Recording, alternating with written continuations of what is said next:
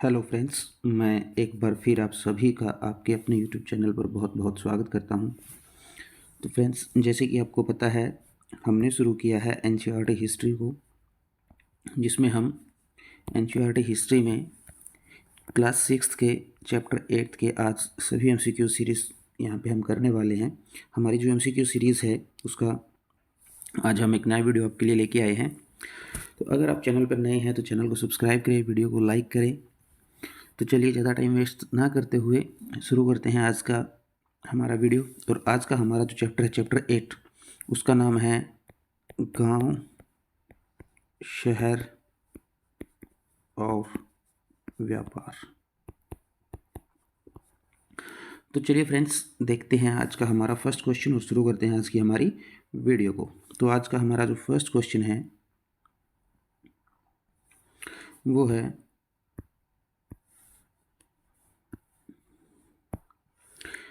तमिल क्षेत्र में बड़े जमींदारों को के रूप में जाना जाता था। कि वह तमिल जो क्षेत्र था उसके जो बड़े जमींदार थे उनको किस के रूप में जाना जाता था? वेलार, किसान, कदैसियर या फिर दास। तो ये जो बड़े जमींदार थे उनको जाना जाता था वेलार के रूप में। ठीक है। जो हमारे गांव थे, तमिल क्षेत्र के जो गांव थे, उनमें 3 तरह के मुख्यतः लोग पाए जाते थे। उन तीन क्षेत्रों में कौन थे? एक तो बड़े जमींदार थे, जिन्हें बड़े जमींदार या बड़े भूस्वामी बोला जाता था। क्या बोला जाता था? बड़े भूस्वामी।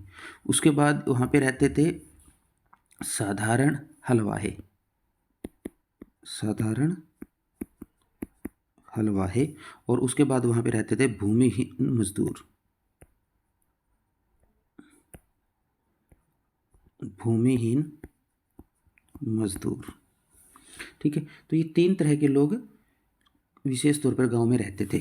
और इनमें से जो बड़े भूस्वामी या बड़े भू जमींदार थे उनको बोला जाता था वेलालार। ठीक है। तो हमारा आंसर यहाँ पे बनता है ऑप्शन ए। चलिए देखते हैं अपना नेक्स्ट क्वेश्चन। और नेक्स्ट क्वेश्चन हमारा यहाँ पे है,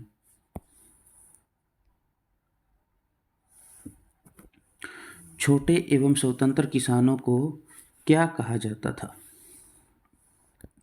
छोटे और जो स्वतंत्र किसान थे उनको क्या कहा जाता था? ग्राम भोजक, गृहपति, श्रेणी या फिर वेलाला। तो इन किसानों को कहा जाता था गृहपति। क्या कहा जाता था? गृहपति। Answer is option B. ठीक है। चलिए देखते हैं अपना नेक्स्ट क्वेश्चन।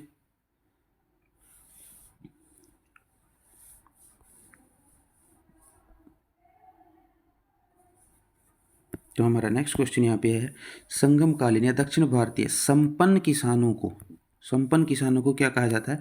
तो संपन्न किसान कौन थे? संपन्न किसान जो थे वो थे बड़े भूस्वामी या बड़े किसान या बड़े जमींदार। ठीक है। और बड़े जमींदारों को क्या कहा जाता था? ग्राम भोजक, कडाईसर, वेल्ललार या फिर ओणवार। ठीक है। तो यहाँ पे जो बड़े भूस्वामी या बड़े जमींदार थे उनको बोला जाता था वेल्ललार। क्या बोला जाता था? वेल्ललार।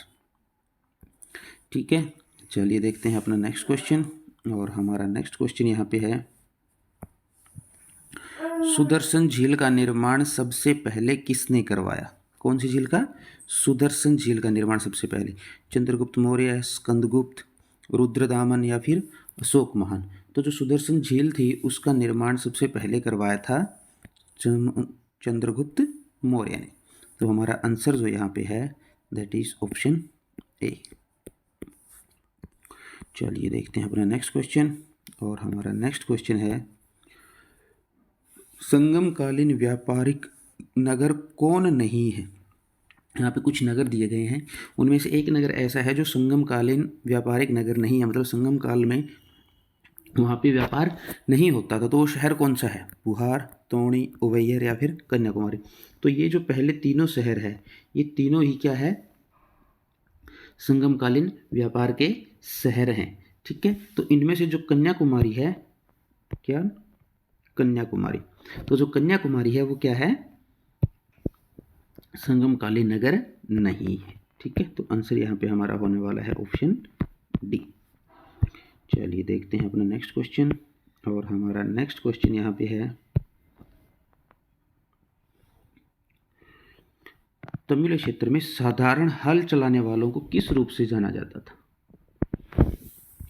जो साधारण हल चलाते थे उन्हें किस रूप से जाना जाता था? वेलार, किसान, कदेसर या फिर दास? तो जो साधारण हल चलाने वाले थे उनको बोला जाता था किसान। क्या बोला जाता था? किसान। ठीक है। और इनको दूसरा एक नाम दिया जाता था, वो था उणवार। क्या बोला जाता था? उणवार। जो साधारण हलवाही बोला जाता था इनको, या किसान बोला जाता था इनको, और क्या बोला जाता था? उणवार। ठीक है। तो option is, answer is option B. चलिए देखते हैं अपना नेक्स्ट क्वेश्चन, और हमारा नेक्स्ट क्वेश्चन यहाँ पे है, तमिल क्षेत्र में भूमिहीन मजदूर, ऐसे मजदूर जिनके पास भूमि ही नहीं थी, उनको किस नाम से जाना जाता? कदैशर, वेलार, किसान या फिर इनमें से कोई नहीं? तो इनको बोला जाता था कदैशियर। क्या बोला जाता था? कदैशियर। Answer is option A. वेलार क्या थे? बड़े भूस्वामी थे। और किसान कौन थे? हल चलाने वाले थे। किसान कौन थे? हल चलाने वाले थे। ठीक है। चलिए देखते हैं अपना नेक्स्ट क्वेश्चन, और हमारा नेक्स्ट क्वेश्चन है, देश के उत्तरी भाग में प्रधान किसान को किस रूप से जाना जाता था? गृहपति, वेलार, ग्राम भोजक या फिर दास? तो जो देश का उत्तरी भाग था उसमें जो गांव का प्रधान था उसको हम जानते थे ग्राम भोजक के नाम से। किसके नाम से जानते थे? ग्राम भोजक के नाम से। ठीक है। और ये ग्राम भोजक क्या होता था? ग्राम भोजक जो गांव में सबसे बड़ा जमींदार होता था ना, सबसे बड़ा जमींदार, तो उसको ग्राम भोजक बोला जाता था। और ये जो ग्राम भोजक का पद था ये अनुवांशिक होता था। क्या होता था? अनुवांशिक। अनुवांशिक मतलब पिता के बाद पुत्र, एक ही परिवार के लोग। ठीक है। और ये जो था ये गांव में सबसे अधिक प्रभावशाली व्यक्ति होता था। सबसे अधिक प्रभावशाली व्यक्ति होता था। ठीक है। तो आंसर यहाँ पे हमारे वहाँ होने वाला है ऑप्शन सी। चलिए देखते हैं अपना नेक्स्ट क्वेश्चन, और हमारा नेक्स्ट क्वेश्चन यहाँ पे है, निम्नलिखित में से कौन ग्राम भोजक का कार्य था, या कौन सा ग्राम भोजक का कार्य था? गांव से टैक्स वसूली करना, न्यायाधीश के रूप में कार्य करना, कभी कभी एक पुलिसकर्मी के रूप में कार्य करना, ए और ब दोनों या फिर इनमें से कोई नहीं? तो जो ग्राम भोजक था उसका गांव में क्या क्या काम होते थे? सबसे पहले तो उसको टैक्स वसूली के लिए काम दिया जाता था। उसके बाद न्यायाधीश के रूप में भी वही काम करता था, छोटे मोटे झगड़ों को वही सुलझाता था, और एक पुलिसकर्मी के रूप में भी वही कार्य करता था। तो जो हमारा सही ऑप्शन यहाँ पे होने वाला है वो है ऑप्शन सी, ए और ब दोनों, मतलब option A and option B both are right. ठीक है। तो आंसर यहाँ पे हमारा होने वाला है ऑप्शन सी, ए और बी दोनों। ठीक है। चलिए देखते हैं अपना नेक्स्ट क्वेश्चन, और हमारा नेक्स्ट क्वेश्चन है, लोहे का प्रयोग कब आरंभ हुआ? 5000 साल पहले, 4000 साल पहले, 3000 साल पहले? तो लोहे का जो आरंभ हुआ था वो हुआ था हमारा 3000 साल पहले। कब हुआ था? 3000 साल पहले। Answer is option C. चलिए देखते हैं अपना नेक्स्ट क्वेश्चन। तो हमारा नेक्स्ट क्वेश्चन यहाँ पे है, उत्तर भारत में स्वतंत्र कृषक क्या कहलाते थे? सर्फ, गृहपति, जातक या फिर अधिमाई? तो उनको बोला जाता था गृहपति। क्या बोला जाता था उनको? गृहपति। जो स्वतंत्र किसान होते थे उनको क्या बोला जाता था? गृहपति। Option B. चलिए देखते हैं अपना नेक्स्ट क्वेश्चन, और हमारा नेक्स्ट क्वेश्चन है यहाँ पे, कई शिल्पकारों और व्यापारियों ने संघों का गठन किया था। क्या बनाए थे उन्होंने? अपने संघ बनाए थे। इन्हें किस रूप से जाना जाता था? गृहपति, सभा, समिति या फिर श्रेणी? तो उन्होंने जो संघ बनाए थे उन संघों को जाना जाता था श्रेणी के नाम से। किस नाम से जाना जाता था? श्रेणी के नाम से। तो आंसर हमारा यहाँ पे होने वाला है ऑप्शन डी। चलिए देखते हैं अपना नेक्स्ट क्वेश्चन, और नेक्स्ट क्वेश्चन हमारा यहाँ पे है, भारतीय उपमहाद्वीप में लोहे का प्रयोग कब शुरू हुआ था? 2500 वर्ष पूर्व, 2800 साल पहले, 3000 साल पहले या फिर 2200 साल पहले। अभी हमने थोड़ी देर पहले बताया था। तो लोहे का प्रयोग कब शुरू हुआ था हमारा? लगभग 3000 साल पहले। तो आंसर इज ऑप्शन सी। चलिए देखते हैं अपना नेक्स्ट क्वेश्चन। और हमारा नेक्स्ट क्वेश्चन यहाँ पे है, भरूच या बेरीगाजा क्या था? तो ये जो भरूच या बेरीगाजा था वो नौका थी, जहाज थी, बंदरगाह था या फिर कोई शहर था? तो ये जो स्थान था वो एक बंदरगाह था। क्या था? बंदरगाह। Answer is option C. चलिए देखते हैं अपना नेक्स्ट क्वेश्चन। और हमारा नेक्स्ट क्वेश्चन यहाँ पे है, मथुरा नगर किसके लिए प्रसिद्ध था? कौन सा? मथुरा नगर किसके लिए प्रसिद्ध था? परिवहन, व्यापार, मूर्तियां बनाना या फिर उपरोक्त सभी? तो मथुरा शहर जो था वो इन सभी के लिए प्रसिद्ध था। परिवहन के लिए, व्यापार के लिए और मूर्तियां बनाने के लिए। तो हमारा आंसर यहाँ पे होने वाला है ऑप्शन डी। चलिए देखते हैं अपना नेक्स्ट क्वेश्चन। और हमारा नेक्स्ट क्वेश्चन यहाँ पे है, 2500 वर्ष पूर्व प्रयोग किए जाने वाले लोहे के औजारों में क्या शामिल थे? जो 2500 वर्ष पूर्व जो लोहा यूज़ किया जाता था उससे कौन कौन से औजार बनाए जाते थे? कुल्हाड़ियाँ, हलों के फाल, व दोनों या फिर कोई नहीं? तो यहाँ पे जो लोहा प्रयोग होता था उससे बनने वाले हथियार होते थे वो, उनमें क्या क्या शामिल थे? कुल्हाड़ी और हलों के फाल। ठीक है, तो answer is option C. Option A और बी दोनों सही है। चलिए देखते हैं अपना नेक्स्ट क्वेश्चन। और हमारा नेक्स्ट क्वेश्चन यहाँ पे है, ग्राम भोजकों के अलावा अन्य स्वतंत्र कृषक क्या कहलाते थे? ये ग्राम भोजक कौन होता था? ग्राम भोजक होता था गांव का सबसे बड़ा जमींदार। सबसे बड़ा जमींदार। ठीक है, लेकिन और क्या था? गांव में सिर्फ एक ही बड़ा जमींदार नहीं होता था, उसके सिवाय और भी कई जो बड़े जमींदार होते थे उनको क्या बोलते थे? गृहपति, उणवार, वेलालार या फिर अधिमई। ठीक है, तो उणवार जो थे वो क्या थे? हल चलाने वाले थे। क्या थे? हल चलाने वाले। वेलालार क्या थे? वेलालार किसको बोला जाता था? वेलालार बोला जाता था जो बड़े भूस्वामी होते थे। कौन होते थे? बड़े भूस्वामी होते थे। और गृहपति किसको बोला जाता? गृहपति बोला जाता जो स्वतंत्र किसान होते थे, जो अपना काम खुद करते थे, किसी के अंडर में नहीं आते थे। ठीक है, तो जो हमारा सही ऑप्शन यहाँ पे है वो है ऑप्शन ए। जो स्वतंत्र किसान जो थे वो कौन थे? गृहपति थे। ठीक है, चलिए देखते हैं अपना नेक्स्ट क्वेश्चन। तो हमारा नेक्स्ट क्वेश्चन यहाँ पे है, निम्न में से बेरीगाजा से निर्यात होने वाली वस्तुएं कौन सी थी? बेरीगाजा क्या था? एक बंदरगाह। क्या था? एक बंदरगाह। और इसका दूसरा नाम क्या था? भूरूच। दूसरा नाम क्या था इसका? भूरूच। ठीक है, तो यहाँ से आयात होने वाली वस्तुएं कौन कौन सी थी? तो यहाँ पे जो आयात होने वाली वस्तुएं थी वो कौन कौन सी थी?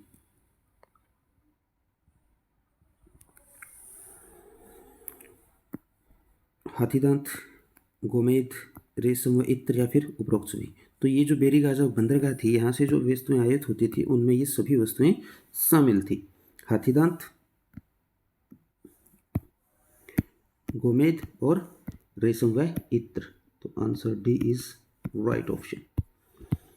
चलिए देखते हैं नेक्स्ट क्वेश्चन। और नेक्स्ट क्वेश्चन है, बेरीगाजा से आयात होने वाली वस्तुएं, पहले कौन सी थी? निर्यात होने वाली वस्तुएं, और अब क्या है?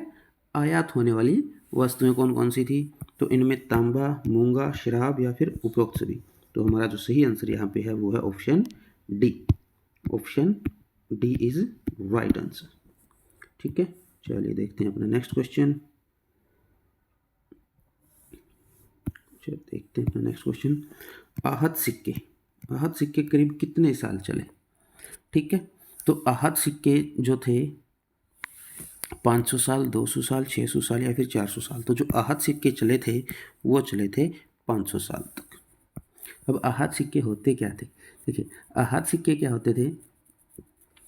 ये धातु की चादरों को काट के बनाए जाते थे। किनको? धातु की चादरों को। किनको काट के बनाया जाता था? धातु की चादरों को। और किस आकार के बनाए जाते थे? इनको मुख्यतः आयताकार का बनाया जाता था, मुख्यतः आयताकार का बनाया जाता था, लेकिन कभी कभी इनको गोलाकार भी बना देते थे। ठीक है, गोलाकार भी बना देते थे। और इनके ऊपर क्या था, जो आहत सिक्के थे इनके ऊपर कोई निशान नहीं बने होते थे, बल्कि इनके ऊपर लगे होते थे ठप्पे। क्या लगे होते थे? ठप्पे। और इन्हीं ठप्पों के कारण इन्हें बोला जाता था आहत सिक्के। किसकी वजह से? जो इनके ऊपर ठप्पे लगे होते थे उन ठप्पों की वजह से क्या बोला जाता था? आहत सिक्के। ठीक है, चलिए देखते हैं अपना नेक्स्ट क्वेश्चन। तो हमारा नेक्स्ट क्वेश्चन यहाँ पे है, तमिल क्षेत्र में भूमिहीन मजदूरों को क्या कहा जाता था? भूमिहीन मजदूरों को क्या कहा जाता था? ये उणवार है, उणवार, वेलालार, कैडिशियार या फिर ग्राम भोजक। देखिए, जो उणवार थे वो थे हल चलाने वाले। क्या? हल चलाने वाले। जो वेलालार थे वो थे बड़े भूस्वामी। ठीक है, और जो ग्राम भोजक था वो था सबसे बड़ा जमींदार, गांव में सबसे बड़ा जमींदार। बच गया कौन? कैडियासर। तो वो जो कैडिशियार थे वो क्या थे? भूमिहीन मजदूर। तो हमारा आंसर यहाँ पे होने वाला है option C. Answer is option C. चलिए देखते हैं अपना नेक्स्ट क्वेश्चन। और हमारा नेक्स्ट क्वेश्चन यहाँ पे है, उत्तरी भारत के स्वतंत्र किसानों को क्या कहा जाता था? क्या कहा जाता था? गृहपति, वेलालार, उणवार या फिर कैडिशियार। तो जो स्वतंत्र किसान थे उनको बोला जाता था गृहपति। अब देखिए, जो गृहपति थे वो भी किसान थे और जो वेलालार थे वो भी लगभग किसान थे। इन दोनों में फ़र्क क्या था? जो गृहपति थे वो छोटे किसान थे, छोटे जमींदार थे, और जो वेलालार थे वो बड़े जमींदार, बड़े भूस्वामी थे। ठीक है, तो जो इन दोनों में जो स्वतंत्र किसान था वो था गृहपति, क्योंकि इनके यहाँ पे मजदूर वगैरह भी काम करते थे और ये लोग अपना काम खुद करते थे। ठीक है, तो जो छोटे जमींदार थे उनको बोला जाता था गृहपति, और जो बड़े थे उनको बोला जाता था वेलालार। चलिए देखते हैं अपना नेक्स्ट क्वेश्चन। तो हमारा नेक्स्ट क्वेश्चन यहाँ पे है, अधिकांश गृहपति खालिस्तान जमींदार थे। जो अधिकांश गृहपति थे वो कैसे जमींदार थे? बड़े, मध्यम, छोटे या फिर इनमें से कोई नहीं। तो जो बड़े थे उनको बोला जाता था वेलालार और जो छोटे थे उनको बोला जाता था गृहपति। तो गृहपति कैसे जमींदार थे? छोटे जमींदार थे। ठीक है, चलिए देखते हैं अपना नेक्स्ट क्वेश्चन। और हमारा नेक्स्ट क्वेश्चन यहाँ पे है, पंच चिन्ह वाले सिक्के किससे बने होते थे? पंच चिन्ह वाले सिक्के किससे बने होते थे? गोल्ड, सिल्वर, कॉपर या फिर आइवरी। तो जो पंच चिन्ह वाले सिक्के थे वो बने होते थे सिल्वर से। किससे बने होते थे? सिल्वर से। Answer is option B. चलिए देखते हैं नेक्स्ट क्वेश्चन। और हमारा नेक्स्ट क्वेश्चन यहाँ पे है, जिन लोगों के पास अपनी खुद की ज़मीन नहीं थी और वे दूसरों के लिए काम करते थे, वे क्या थे? ऐसे लोग जिनके पास खुद की ज़मीन नहीं थी बल्कि दूसरी जगह पे वो काम करते थे, तो ऐसे लोगों को क्या कहा जाता था? किसान, गृहपति, दास कर्मकार या फिर वेलालार। किसान तो हल चलाने वाले होते थे, इनके पास ज़मीन होती थी, ये हल चलाते थे। गृहपति छोटे जमींदार थे, वेलालार बड़े जमींदार थे। तो बच गया कौन? दास कर्मकार। दास कर्मकार। तो आंसर इज ऑप्शन सी। चलिए देखते हैं अपना नेक्स्ट क्वेश्चन। और हमारा नेक्स्ट क्वेश्चन यहाँ पे है, रिंग वेल का उपयोग किस लिए किया जाता था? नहाने के लिए, कपड़े धोने के लिए, सिंचाई के लिए या फिर ड्रेनेज के लिए? तो ये जो रिंग वेल थी इसका उपयोग किया जाता था ड्रेनेज के लिए। Answer is option D. चलिए देखते हैं अपना नेक्स्ट क्वेश्चन। और हमारा नेक्स्ट क्वेश्चन यहाँ पे है, तमिल की प्राचीनतम रचनाएं क्या कहलाती हैं? तमिल की जो प्राचीनतम रचनाएं हैं वो क्या कहलाती हैं? संगम साहित्य, वैदिक साहित्य, जैन साहित्य या फिर बौद्ध साहित्य। तो ये जो रचनाएं हैं ये हमारी कहलाती है संगम साहित्य। क्या कहलाती है? संगम साहित्य। आंसर इज ऑप्शन ए। चलिए देखते हैं अपना नेक्स्ट क्वेश्चन, और हमारा नेक्स्ट क्वेश्चन यहाँ पे है, महापाषाण काल में उत्तर भारत में कपड़ा उत्पादन का मुख्य केंद्र कौन सा था? पटना, मथुरा, वाराणसी या फिर इलाहाबाद? तो जो महापाषाण काल में उत्तर भारत में कपड़ा उत्पादन का मुख्य केंद्र था वो था हमारा वाराणसी। कौन था? वाराणसी। तो हमारा आंसर यहाँ पे जो सही है वो दैट इज ऑप्शन सी। चलिए देखते हैं अपना नेक्स्ट क्वेश्चन, और हमारा नेक्स्ट क्वेश्चन है, दक्षिण में कपड़ा उत्पादन का मुख्य केंद्र, उत्तर में कौन था? वाराणसी, और दक्षिण में कौन था? मदुरई, पुणे, तिरुचिरापल्ली या फिर उपरोक्त सभी? तो दक्षिण में था हमारा यहाँ पे Madurai. Answer is option A. उत्तर में कौन था? वाराणसी, और दक्षिण में मदुरई। चलिए देखते हैं अपना नेक्स्ट क्वेश्चन, और हमारा नेक्स्ट क्वेश्चन यहाँ पे है, सबसे पुराने सिक्कों को क्या कहा जाता है? सबसे पुराने सिक्कों को हाथ सिक्के, चांदी सिक्के, सोना सिक्के या फिर उपरोक्त सभी? तो जो सबसे पुराने सिक्के हैं उनको कहा जाता है आहत सिक्के, और ये कितने साल तक चले थे? 500 साल तक। और किससे बनाए जाते थे? धातु की चादरों से। धातु की चादरों से। किस आकार में? आयताकार या फिर गोलाकार। ठीक है, और कितने साल तक चले थे? 500 साल तक आहत सिक्के। और इनके ऊपर क्या लगे होते थे? ठप्पे, और इन ठप्पों के कारण इन्हें क्या बोला जाता था? आहत सिक्के बोला जाता था। सो जो हमारा सही आंसर है वो है ऑप्शन ए।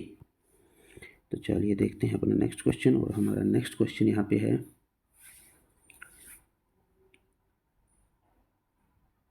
कुषाणों की दूसरी राजधानी कौन सी थी? कुषाणों की दूसरी राजधानी कौन सी थी? पटना, थानेसर, मथुरा या फिर झांसी? तो कुषाणों की जो दूसरी राजधानी थी वो थी मथुरा। क्या थी? Mathura. Answer is option C. चलिए देखते हैं अपना नेक्स्ट क्वेश्चन, और नेक्स्ट क्वेश्चन, वल्यकूप किसके लिए प्रयुक्त था? नाली के लिए, कूड़ेदान के लिए, गुसलखाने के लिए या फिर उपरोक्त सभी के लिए? तो जो हमारे वल्यकूप थे ये इन सभी के लिए प्रयोग किए जाते थे, जिसको हम बोलते हैं ड्रेनेज। इन सभी चीज़ों को हम क्या बोलते हैं? ड्रेनेज। ठीक है, तो वल्यकूप किसके लिए यूज़ किए जाते थे? ड्रेनेज के लिए, जिसमें नाली, कूड़ेदान, गुलशनखाने सब आते थे। ठीक है, आंसर इज ऑप्शन डी। चलिए देखते हैं अपना नेक्स्ट क्वेश्चन, और हमारा नेक्स्ट क्वेश्चन यहाँ पे है,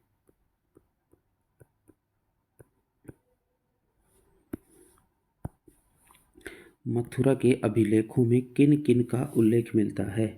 तो मथुरा के अभिलेखों में किन किन का उल्लेख मिलता है? सुनारों का, बुनकरों, लोहाकारों का, टोकरी व माला बनाने वालों का, या उपरोक्त सभी का? तो इनमें उपयोग मिलता है इन सभी का। ठीक है, आंसर इज ऑप्शन डी। चलिए देखते हैं अपना नेक्स्ट क्वेश्चन, और हमारा नेक्स्ट क्वेश्चन यहाँ पे है, शिल्पकार और व्यापारी के संघ को क्या कहते थे?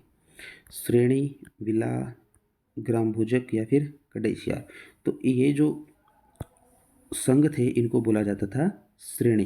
ये किसकी होती थी? शिल्पकार और व्यापारियों की। Answer is option A. Next question is, शिल्पकारों की श्रेणी को क्या कहते थे? देख, श्रेणियां कौन बनाते थे? शिल्पकार और व्यापारी। लेकिन उनमें जो शिल्पकार थे उनकी जो श्रेणी थी उनका क्या काम था? प्रशिक्षण देना, कच्चा माल उपलब्ध करवाना, तैयार माल का वितरण करना या फिर उपरोक्त सभी? तो उनकी जो श्रेणी होती थी वो क्या काम करती थी? ये सभी काम करती थी। ठीक है, प्रशिक्षण देती थी, कच्चा माल उपलब्ध करवाती थी और तैयार माल का वितरण करती थी। सो आंसर इज ऑप्शन डी। चलिए नेक्स्ट क्वेश्चन।